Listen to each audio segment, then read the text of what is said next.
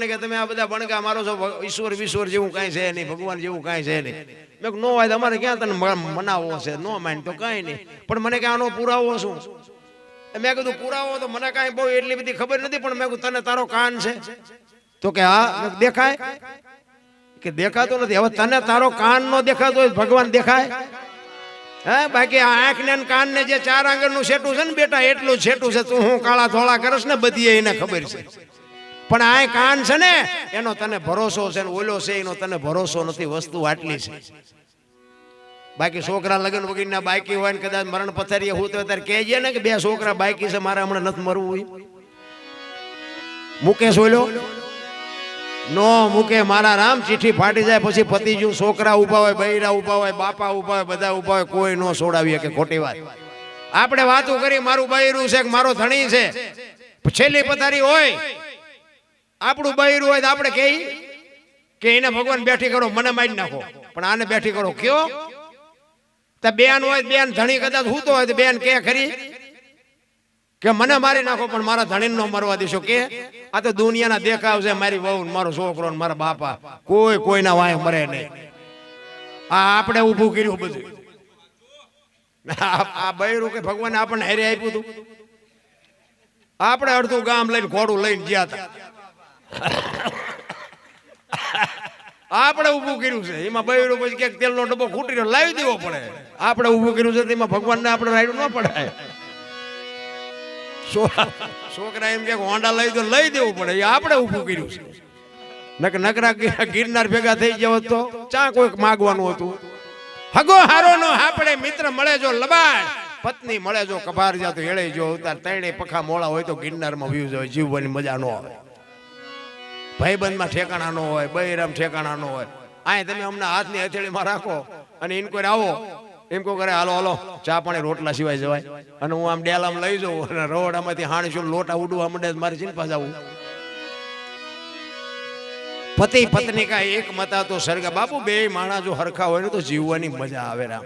અને જીવન કેવું જીવવું ને આપણા હાથની વાત છે. પછી ઘરમાં દાણા હોય તો ભલે, ન હોય તો ભલે, ઘરની વાત ઘરમાં રાખવી જોઈએ.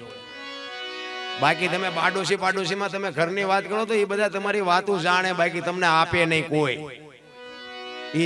એક રકાબી ચા તમને પાય શું કામ? તમારી ડાયરી જાણવા હાટું, બાકી આપે કોઈ કાંઈ નહીં. એટલે કહેવાનો મારો અર્થ એ છે કે 4 દિવાલની વાત 4 દિવાલમાં રખાય. જે ઈશ્વરે આપણને આપ્યું છે એમાં મોજ કરાય, બાકી દુનિયાને કીધે કાંઈ મેળ પડે એવું નથી રામ. એટલા જ માટે નિરલભાઈ બાપુ બાયલને છેલ્લે કહે છે કે એવા નોરીજન હશે ને બાપુ એના એને અને વાતે હાજી પ્રેમ હોય ને તો તમારે મોઢે વાત ન કરવી પડે, આંખ વાત કરી લે, દ્રષ્ટિ તમારી વાત કરી લે. હું તમારે અહીંયા આવ્યો હોય અથવા તમે મારે અહીંયા આવ્યા હોય તો આંખ વાત કરી લે. તમારે કહેવું ન પડે કે મારે 500 રૂપિયાની જરૂર છે, મને ખબર પડી જાય કે આ કંઈક જરૂર છે એટલે જ આવ્યો છે. આંખ વાત કરી લે, એને પ્રેમ કહેવાય. એટલે નિરલભાઈ ને કહે છે કે એવા જે સંત હશે ને એ પછી જોવામાં કાળા લાગતા હોય, ધોળા લાગતા હોય, પણ એના નેણમાં નૂર ઝરતું હોય છે. અને અમુક કે એવા હશે ભલે જોવામાં ઉજળા ગમે એટલા લાગતા હોય પણ માલિકો કપટી હશે, એની આંખ કહી દે બાપુ. ભરોસો કરવામાં ભગવાન ઉપર ભરોસો રાખીને કોઈ પણ માણસનો ભરોસો કરો, તમે છેતરાવ નહીં. પણ તમે પાદરા ઉલ્લીને પડો ને એમાં દુખી થાવ છો. ના આના જેવો માણસ ન થાય. પછી ખબર પડે કે આ તો 40 વીઘાનું વેકાવરાયું એમને. એક બાપા બરોબર છેલ્લી અવસ્થા હતા ને, મરવાની તૈયારી હતી. એના છોકરાને ભેગા કરીને કે તમે મને હાઈકે જીવવા નથી દીધો પણ કે મરવા હાઈકે દેજો. હોય કે મને કઈ સમસ્યું ઘોંકાવીને પાણી ન પાતા, કે મને નિરાતે મરવા દેજો. અને ઓળખો છો એમ તો પૂછતા જ નહીં, કારણ કે આખી જિંદગી બિચારા આપણને ન ઓળખ્યા હોય. એટલે મને નિરાતે મરવા દેજો. આપણને એમ થાય કે આમનો કંટાળો જેટલો જગતે લેવરાયો છે, મોત ને હક નથી મારને લેવા દેતા. છેલ્લે નથી કહેતા મને બાપા ઓળખો, તને ન ઓળખું.